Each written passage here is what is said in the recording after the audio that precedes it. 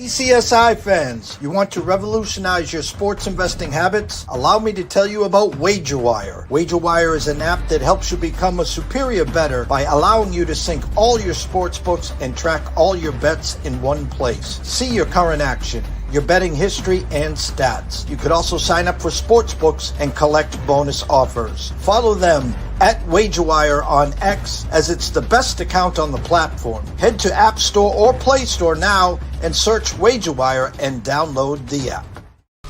2,000 years long, we will never settle.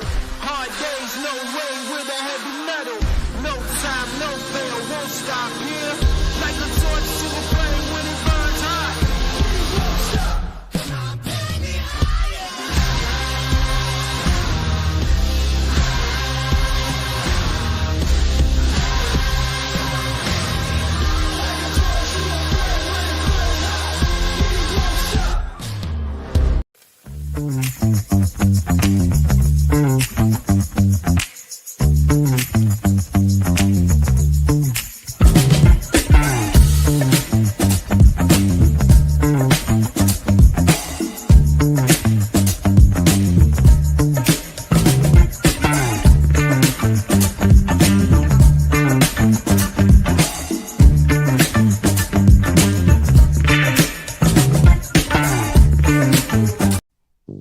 From the ECSI Sports Studios and the #1 sports investors in America,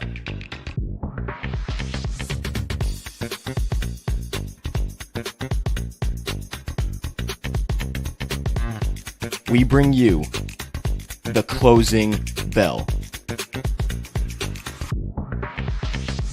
As the market closes, legends Jeff Dawson and Riley Magnuson bring you all the sports investing tips for tonight's matchups.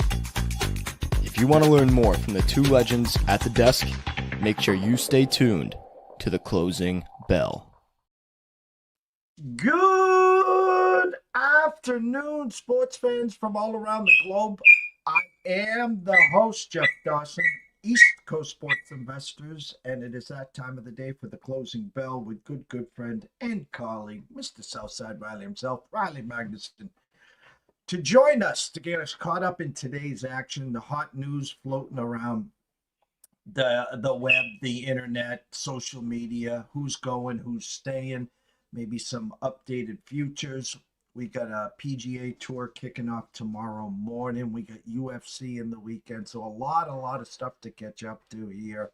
So me and Riley will do our best to get you ready for tonight's action as well. First and foremost, a shout out to our proud sponsors and partnerships.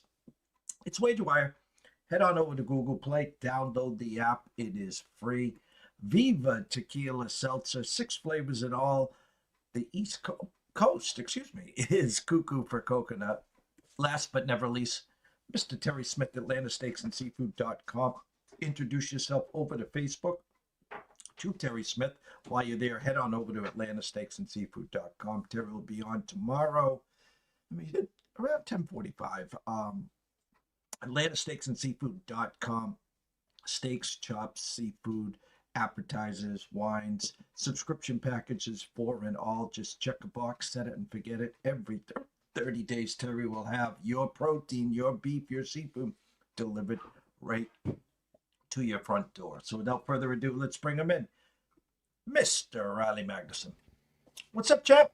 What is up, my friend? Happy middle of the week here. Ready to roll into another, setting up another nice weekend here. We've got another week closer to March Madness and some college basketball action, so obviously gearing up for that.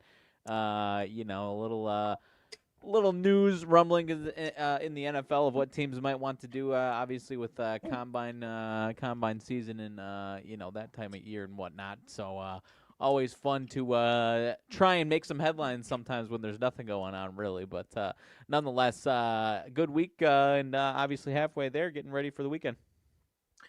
A handful of weeks ago, I kind of reached out to a few colleagues, read through the tea leaves, and think we have the player pegged for the Patriots. I had said weeks ago, Mason Graham from the Michigan Wolverines. And good friend and colleague, Mr. Ron, Marbalevsky, who's on his way to the combine as we speak. Safe travels. Thank you so much for the email that you sent me yesterday. Mason Graham, doing some due diligence and stuff. It just fits the Vrabel profile. Abdul Carter is not sliding to 4. The Patriots are not moving up to 4.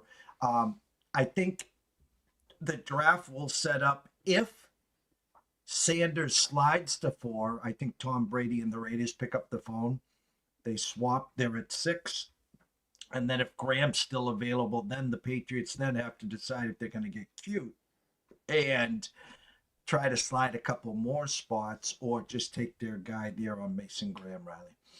Yeah, like you said, well, Abdul Carter's not sliding down to 4 there, so it's going to be interesting. And obviously, what these teams do at the top of the draft is going to be really interesting as far as the quarterback market. Do one of these teams at the top instead of trading out of the first 2 spots if they're not in love with a quarterback? Do they just go ahead and take Abdul Carter? Are they spitting with Travis Hunter? Obviously, he could slide a few spots. What's what we're going to see from that, depending on what teams actually want to stay there, is going to be interesting. So, we're going to be Green Bay this year, so it's going to be a nice, fun weekend. I know the Packers obviously aren't picking up in the high spots as of right now, but their GM, despite finally getting the draft in Green Bay, said they wouldn't shy away from trading away the first round pick if it was the right move. So, which I think Packers fans for the right trade would be okay with, even if they were there for day one. But the hilarious thing is, it's an outdoor event, and I think everyone's hoping it's going to be a nice spring night, but it's April in Green Bay for anyone who's going. So you might want to pack about 5 different changes of clothes for every possibility of weather for that weekend there. Well, the funny thing is when there was a big-time wide receiver, when there was a big-time weapon for Rodgers, and everyone got their hopes up, and they either traded back and traded out, or they just got some big, wonky offensive lineman, and it was always so it is comical. And I tell you what, going back to the top spot, I'm going to say shame on the Titans here, because you got to create a buzz. And I think we're going to get it at the combine. There's a lot of these players now that aren't working out. They've done their job, yada, yada, yada. But my point is, you got to create that stir to a team that needs a quarterback. There is no way in hell you get stuck, unless you fall in love with Abdul Carter, don't get me wrong here, which is the play. But those quarterback-hungry teams at, 3 maybe. I don't know what the Browns are doing, 2, but they won't move up 1 spot. But, like the Giants maybe, like the Raiders, you got to create that, hopefully one of them wants Shador, one of them wants Cam, because you got to make that trade if you're the Titans. Yeah, like you said, the Giants at 3. I mean, if you're the Giants and you're smitten on Cam Ward and you're worried that either the Browns are taking him or someone else is swooping in at 1, you've got to create that buzz because obviously there's the Bears haven't turned around yet, but they obviously got a ransom for the pick that ended up being Bryce Young. Bryce Young obviously came on here in the second half of the season, but hasn't obviously looked like a slam dunk first round pick that the pick would have allowed you to think. He creates some buzz for that, and obviously can get a team more excited for it. Outside of that, no, it's going to be a fun, interesting week. You mentioned the Raiders. Hearing rumors that Tom Brady and Matt Stafford are meeting up. Reports of it being intentional, reports of it being a coincidence, but most times people who know each other don't coincidentally run into each other on a ski hill in Montana coincidentally. So whether or not the Rams are parting ways at the end of the day with Stafford, obviously, is the first domino that I would have to fall with that situation in the first place. Anyways, Rodgers, to the Rams, if that domino falls, has obviously been talked about on the big media networks this last week or so. So. A lot of speculation and talk this time of year, but where there's smoke, there's fire. I'm not going to say there isn't, but not all of these big old shakeups are going to happen, obviously. No, I said a couple of weeks ago, I'll say it again. If Tom and the company in Vegas is smart, you trade for Stafford, gives you instant credibility. You draft Sanders, you hand him the clipboard and say, hey, it could be in 1 year, it could be in 2 years, but hey, you're living in Vegas, you're getting paid like a top 3 pick, 4 pick, wherever they drafted him. Learn from, a guy that is, a pretty good damn quarterback here, Yeah. Stafford here. And we know he's not long in the tooth here. Maybe he signs a 3-year deal, 2 years guaranteed. Maybe he plays 1 year and he passes the torch and tells Tom, hey, it's time for Sanders and I'll be the backup for a year. Yeah, but obviously with Brady there, it does seem like they're trying to have some type of, whether it's exactly what you said, which I think is a great move, and I agree with that. But it seems like they've got some concerted effort that they're going to bring in new quarterbacks, whether that be a young guy and a veteran or just a young guy, whatever it is. Raiders seem to have some type of agenda, obviously, to shake things up and not, go for the dumpster and be in this thing again next year for the #1 pick. Golf. Brady Cannon came on. He gave us his picks. Anything stick out to you here? The quote unquote Honda Classic, now the Cognizant Classic. Not the elite of the elite. It's the Florida Tour, the Florida Swing, as we call it here, Yeah. where some of the players, like a Billy Horschel, tend to play better. The locals there. Is there any name or names that have caught your eye this week?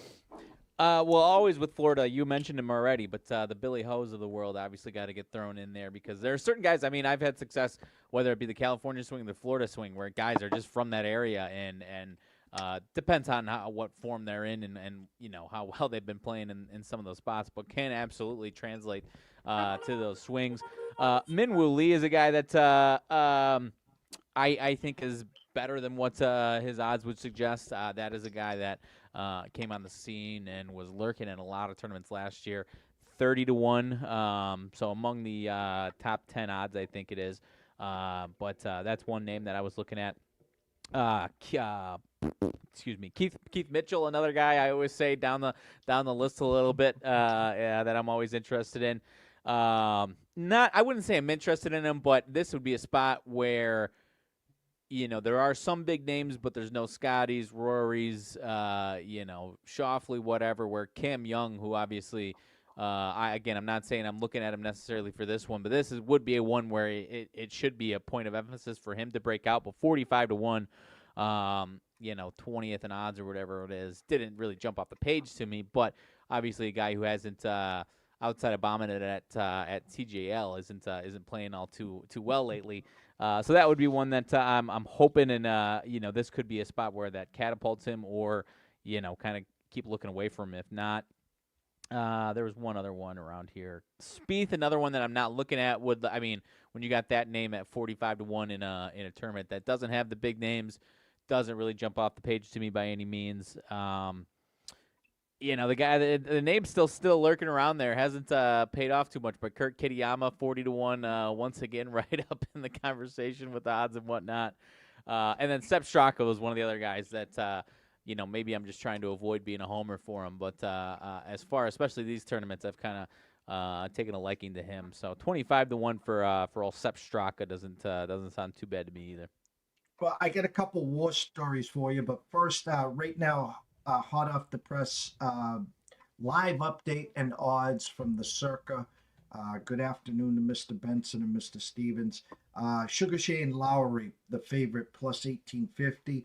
Russell Henley, 2150. Daniel Burgermeister, plus 2300. Straka, 2750. Taylor Pendrith, 3100. Sung Jae Im, 2750. Denny McCarthy, 3100. Little money did come in on Min Woo Lee, 2,900. Davis Thompson, 3,000. There's your Kitayama at 4,300. Jordan Spieth, 5,400. Cam Young, 4,100. Keith Mitchell, 4,800.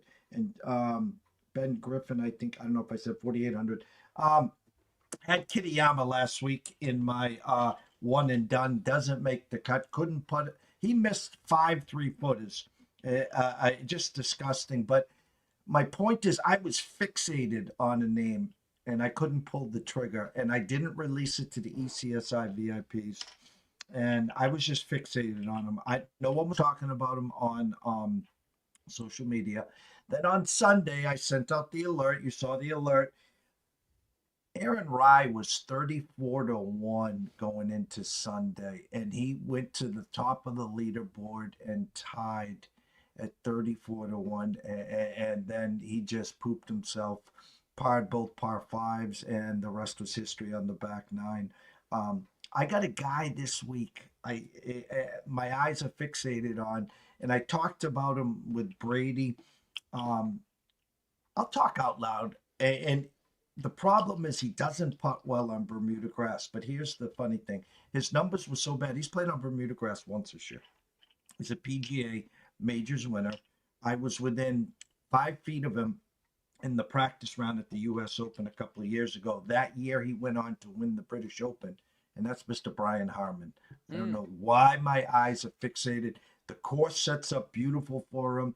You got to be long and strong. You got to be able to, as Brady would say, be able to striking the irons from long distance, be pinpoint. And I just think he checks all the damn boxes. And now don't get me wrong, because since I'm talking about him, he'll be nowhere to be found. But if I kept him in the bag till Sunday, he would have went box to wire. Right, and then you'd be trying to talk on Monday about how you had him, but you gotta believe me and whatnot. No, I like it. I mean, it's just some of these guys that obviously they've got it in the tank, and it might just be one aspect of their game that needs to come around in whatever tournament, or you get a course that matches up to their strengths like that, like you said. As far as approach and whatnot, especially for Brian Harman. Might be tough. They might have to get the waggle counter out there Saturday and Sunday, but that'll be a good sign if we get to Saturday and Sunday and they're doing the waggle, because that means he's in the mix then. You brought up Minwoo Lee. That was another guy I talked about. Again, I like Siwoo Kim and a few of those others. Tom Kim. I play him. They missed the cut. Sung Jae Im. I played him already in my one and done. I think he was the favorite and nowhere to be found. So again, hit or miss. But 6 weeks till Augusta and Magnolia Lane. So we're just warming up there. UFC this weekend in Las Vegas in the Apex. 1 week before that bad man, Alex Pereira, who I think last time we checked was -120 or -125. I can't wait for next week to break that fight down. I still give, again, I know nothing of his opponent. I know zero. But I just think you're going to give me this guy at only -120 or 125. Okay, call me a sucker, but I'm in. I know. I'm with you, and I'm very, very curious to see the week of money that's coming in on either of the guys and whatnot, and what that what we see with it. As far as this week, I'll look back to this past weekend really quick. This weekend, this is a fight night that I'm going to be doing some research leading up to it, and I'm going to be watching a lot of it to learn about a lot of these guys, because these are not a ton of guys that are even any halfway really remote names that people really know of as far as the average person. There's some guys. I shouldn't say there's nobody, but it's going to be a research to get myself prepared for it, and then watching them to try and consume as much and learn about these guys as I can. You called it, I think, and I was agreeing with you. Song YaDOng all over CEJUDO this past weekend. I had my two underdog picks to the window, though.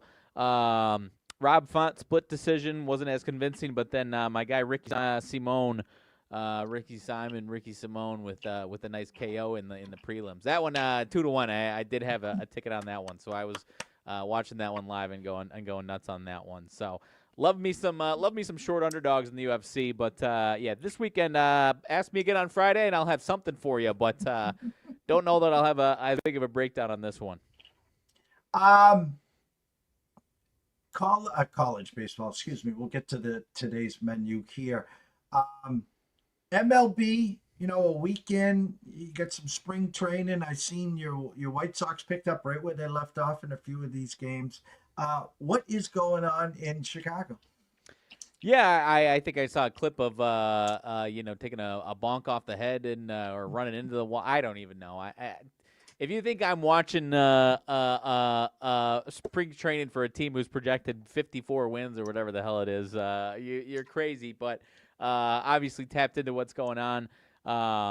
But no, it's obviously not pretty. My father and my brother and I last week were sitting around and trying to name as many names off the roster as we could, and it was a struggle to get past 5 for the White Sox as far as the spring training roster. So it is rough as far as that is concerned. But I'm getting excited for for everybody else itself. So. Hoping as far as the White Sox are concerned, hoping that our pitching prospects come along and we get some serious actual light at the tunnel hope from that is concerned this year. That is my goal out of that. But other than that, it is going to be ugly. NHL tonight, guys. Grab your pens and pencils. Not a big slate here. I'll be on at 8:30 tonight. Sports Grid. We'll be breaking down a few of these games here.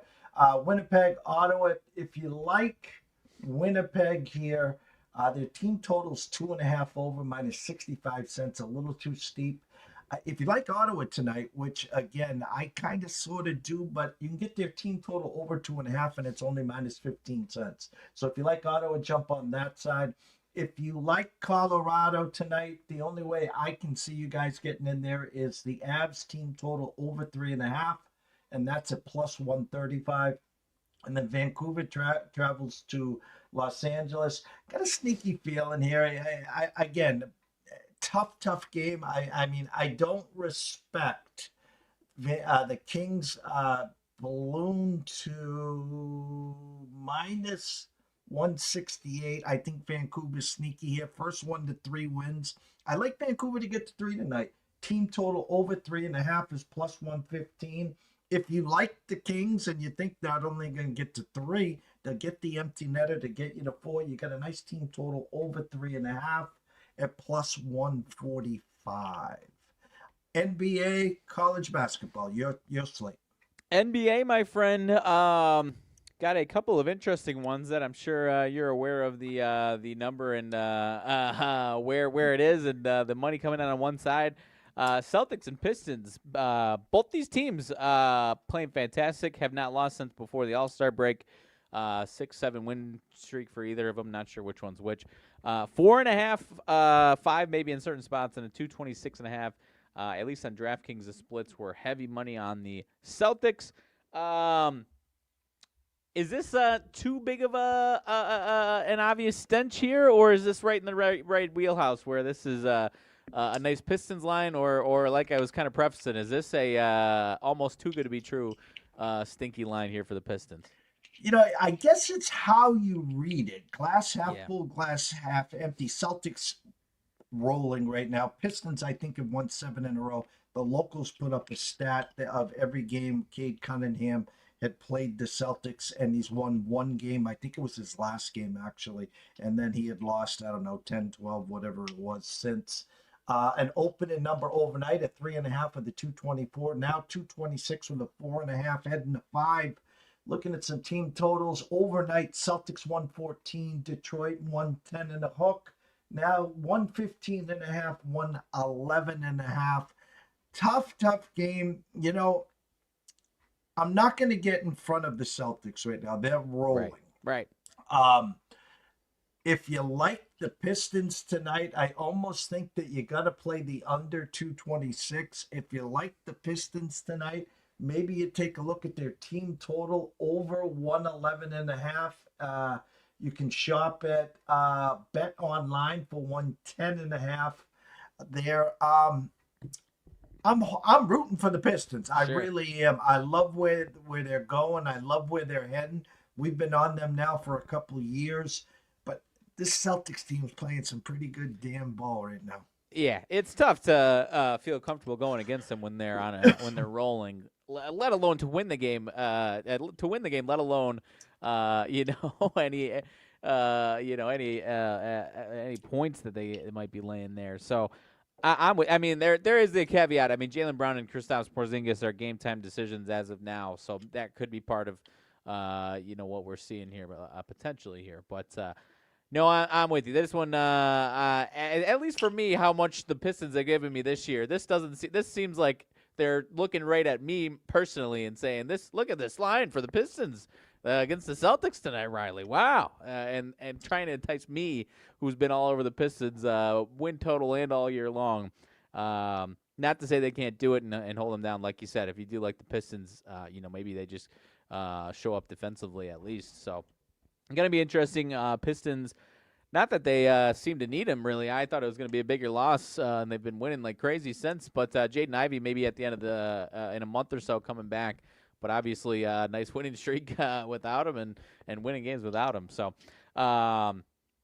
let's see. There's some bigger spreads here in the NBA tonight. Clippers against my Bulls, 9.5. Sixers in New York, 9.5. I think it is. Yeah, 9.5 for the Knicks. Paul George apparently is taking a break from podcasting to focus on winning an NBA championship. For those who didn't see, would have been a good start a couple days ago. The team that they're chasing to get into even the play-in, my Bulls, who are trying to lose games on Monday, they lose to by 30. So maybe that was the wake-up call that he needed, that they need to wake up and get themselves into the play-in, let alone the playoffs. So not sure what to expect out of there. Knicks are playing a heck of a lot better than the Sixers. They did just lose their last couple, so not sure what to expect out of the Knicks. They've been certainly pretty slow offensively out of the gate, so I'm waiting for them to kind of correct themselves before I feel comfortable about the Knicks as far as anything is concerned. The other one that I wanted to talk about, Hawks and Heat. Heat minus 2.5. This is one of those situations. These two teams did just play on Monday night against each other. Atlanta wins by 12 in Atlanta. Miami minus 2.5 now. Neither of these teams are really playing well at all. Before or after the All-Star break, really. Miami in 3-7 last 10, I think, following the kind of Jimmy Butler saga. And the Hawks still kind of treading water. So I'll go with them playing on Monday. I'm not putting my money on it, my friend, but if I had to do anything, I'd go the revenge spot here with the Heat, getting the bounce back after losing to Atlanta in Atlanta on Monday. But nothing that I'm in love with in that game necessarily. And then, like I said, handful of bigger spreads that I won't go too deep into here tonight for the NBA.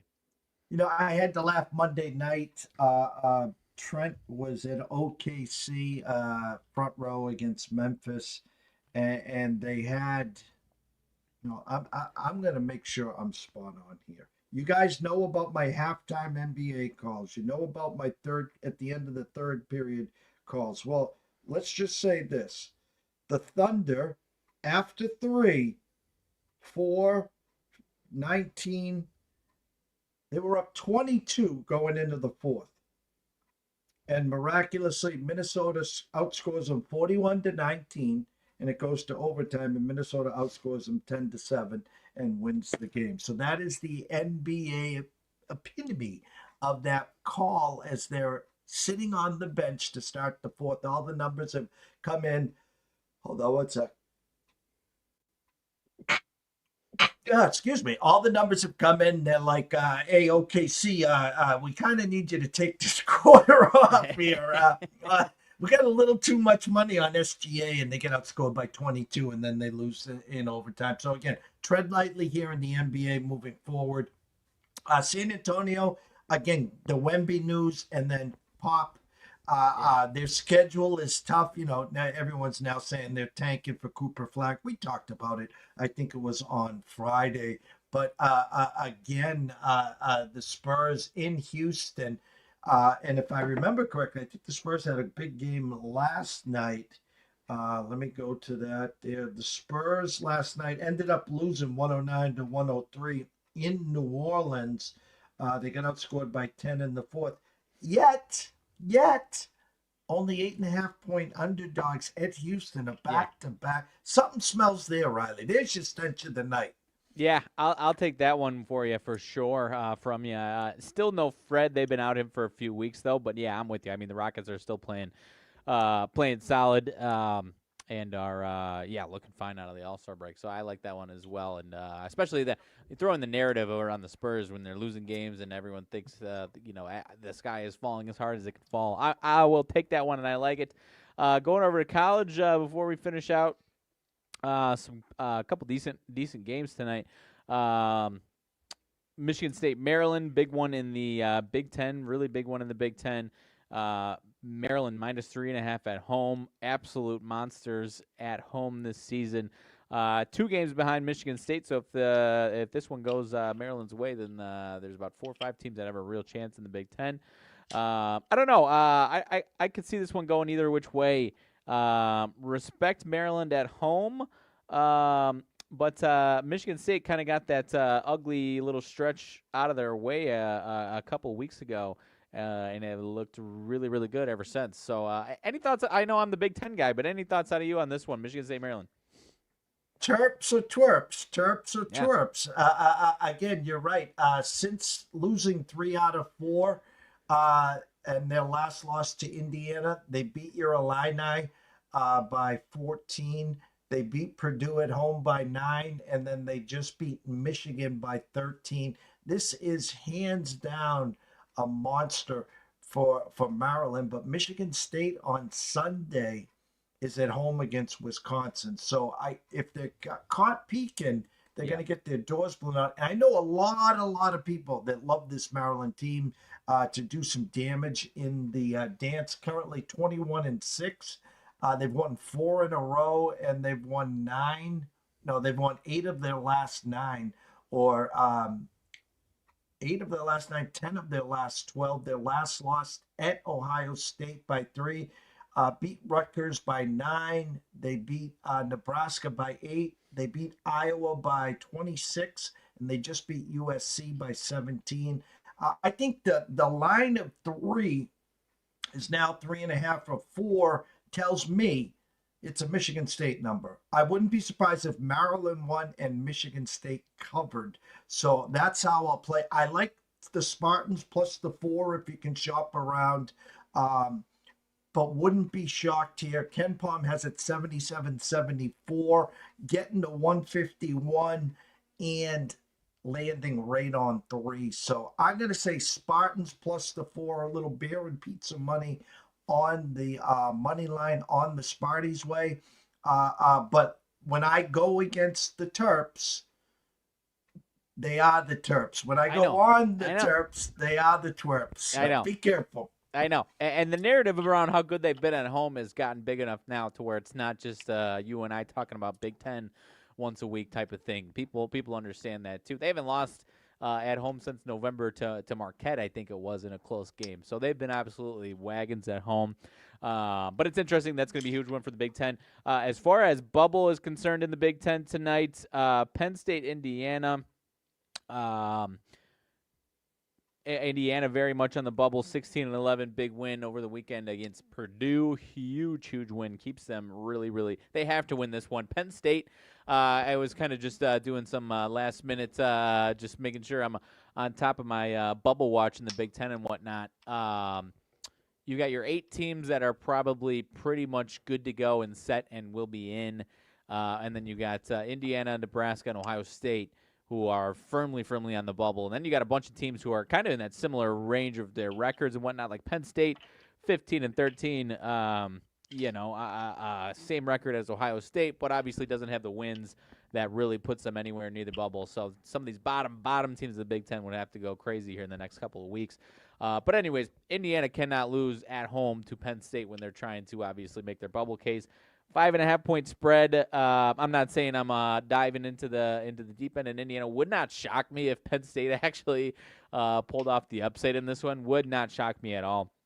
And then Ohio State, USC. Were you surprised to see Ohio State as short favorites in that one? And is that maybe not giving enough credit to USC there? I think it is. Ohio State, Jekyll and Hyde. One game they'll win by 20. Next game they'll lose by 30. USC 14-13. They've lost 5 of their last 6. They squeezed in a win against Penn State. Then they beat Michigan State. They lost to UCLA. My point is 3 losses in a row. Minnesota, Maryland, Rutgers, and then in between that Penn State win, a loss to Northwestern and Purdue. USC opened up 1-point favorites. It is now flipped to Ohio State 1-point favorites. Ken Palm has Ohio State 76-75. Ohio State's lost 3 in a row. Michigan, Northwestern, UCLA. They got Nebraska at home for senior night, and then their last game at Indiana. I'm going to lean with the flip here. If you like Ohio State tonight, take them on the money line. Don't lay the 1 or 1.5 there. As you said, it's a must win for both teams. I respect Ohio State just a smidge more, but USC has done okay at home. Here, let me go back to when they beat Penn State at home, they beat Michigan State at home, they beat Iowa, and then prior to that, they beat a couple cupcakes. So it's a big game for both. Yeah. I'm gonna backtrack here. If you like Ohio State, if you're going to bet a unit on them, why don't you split it up? Go a half a unit first half a unit full game here, because you're going to need a good effort, because USC, when they're playing well, I said when, and at home, they tend to get out early. So Yeah. you'll know early enough where Ohio State's got to keep it close in the early part, the first 10 minutes here. So we'll see. Right. And the interesting wrinkle you've got with the Big Ten, with the expanded conferences now, only 15 of the 18 teams go to the Big Ten tournament. So they actually only it's not all 18 teams are in this thing, and you've got the bottom of the Big Ten is kind of crowded, and so even USC with the loss could be in danger. Penn State is in that bottom three, could get out of the bottom three potentially, or have a chance of getting out of the bottom three if they pulled off an upset against Indiana tonight. So on top of these teams probably still thinking, outside of maybe a couple of these teams, but some of these bottom feeder teams not really on the bubble watch right now. But yeah, if you're them and you think, hey, if we win our last 3 games and then make a little noise in the Big Ten tournament, you never know. So it's not dead yet for these teams. So a couple big bubble games on top of obviously the big one for near the top of the Big Ten. The other top 25 game that I wanted to run by you, and then kick it over to you if you had any other college basketball looks tonight. Kentucky, Oklahoma. Kentucky kind of been back and forth. They've had some tougher games, just lost at Alabama in a tough game over the weekend. Oklahoma with a big win at home against Mississippi State, but that was to end a little bit of a losing streak. UK, Kentucky, -2.5 at on the road here. Is this a spot where Oklahoma gets a couple in a row after that losing streak, or is that too much respect to the win over the weekend for Oklahoma? They've lost 5 of the. Actually, they lost to A&M, beat Vanderbilt, then they lost 5 in a row. You're like, oh, the world has ended. Well, the 5 in a row was to Auburn, Tennessee, Missouri. Obviously, that you can't lose to LSU, but then they lost to Florida. Right. They beat Mississippi State, and a Kentucky team that it's win a couple, lose a couple, coming off that loss to Bama. And here's the hard part to back Kentucky tonight. Saturday at home against Auburn, and Ken Palm's got them beating Auburn by 5. So that's amazing right there. So I, believe it or not, am leaning Oklahoma here. I'm staying far away from the game. I think this Mark Pope team, I think they're gonna, after the Alabama loss, now they travel to Oklahoma. And they're like, I'm not saying they're going to go through the motions, but knowing game day is going to be at Rupp Arena on Saturday, and in comes Auburn, the place is going to be electric. And I do like Kentucky on that spot, by the way. Sure. But I lean Oklahoma here, but Ken Palm's got Kentucky 83-81. Sure. And Oklahoma, I mean, despite the losing streak, the SEC is an absolute monster of a conference. They are still, as of right, I think this was after the weekend. I don't know if this was today or yesterday, but on a lot of these bubble bracketologies, they are in the mix, if not the last 4 in, first 4 out, whatnot. So Oklahoma, I wouldn't say stamp their ticket with a win tonight, but would certainly go a long way, obviously, to the resume of not having to be as nervous in a couple weeks if they can get this win tonight. I'll go to the stench of the night, Riley. And I know there's not many people on this game, but I'll give everyone the stench of the night. It's at 8 o'clock, Belmont at Missouri State. And it opened up Belmont -1.5. There is a 2 at Caesars. I'm seeing 1.5 across the board. And it seems like Mr. Benson got our alert. Belmont now -1. With a 149.5. And let's just say this here, guys. Let me pull it up here. Belmont, 19-10, and they beat Missouri State on February 8th. 85-68. They beat them by 17. So they're 19-10. Already beat them by 17 2 weeks ago. 1.5 point favorites against the mighty Missouri State, who are 9-20. So there is your stench of the night. Yes, we do like Missouri State plus 1.5. 9-20, lost to them by 17 versus 19-10. Yet Belmont's only 1.5 point favorites. Go figure. And this not my neck of the woods, either of these two teams necessarily, but Missouri Valley, my neck of the woods, my my alma mater's conference. This has been a really competitive conference. There's a couple of teams that are 2-3 teams that are legit good. Belmont, the fourth, especially standings, but fourth team, really solid team as well. And you've got 6-7 teams that are, or no, 1, 2, 3, 4, 5, 6, 7, 8, 9 of the 13 teams have at least are between 6 and 11 wins. Then you got the 3 teams above that, and then you got Missouri State, who Valpo is 6-12, Missouri State 2-16 within their conference. I guess this was probably at Missouri State tonight, but only 1 win on the road this entire college basketball season. But yeah, I am with you. That is about as stinky as can be. And it's not like it's, I mean, you and I respect it, and you are very often right. It's not like this is, the big sky or the middle of nowhere northern Colorado. The Missouri Valley is fairly respected as far as, it's not sending more than 1 or 2 teams to the tournament necessarily. But you know what I mean, where it's, there's some games on national television every once in a while out of the Missouri Valley. This is no slouch stench here, my friend. Speaking of that, Sister Mary Jean, we had that big run a few years ago. I don't know. She's 103, 104. She's still kicking and still in all the games. The Drake is having one of those years. Is there any team out there like that? You think Drake, is this the year Drake again has that run? It's tough to say because for a minute, I mean, especially 10 years ago when I was in school there's 2 or 3 teams that aren't in the conference anymore that made this a really, after maybe the A10, this is legitimately one of the best mid-major conferences that we had. I do think Drake could be maybe not that team, or Northern Iowa had a team or 2 every once in a while. I feel like I'm drawing up. Obviously, Wichita State is the one that I'm really drawing a blank on. That was out of the Missouri Valley as well. I don't know that it's that good as far as that miracle type run, which obviously in hindsight really wasn't a miracle. Those teams were just good. But Drake is really good, and they'll probably get in even if they, stumble in the Missouri Valley Conference tournament itself. So that's a tournament team, and that is a team that can make the second weekend for sure. Closing thoughts.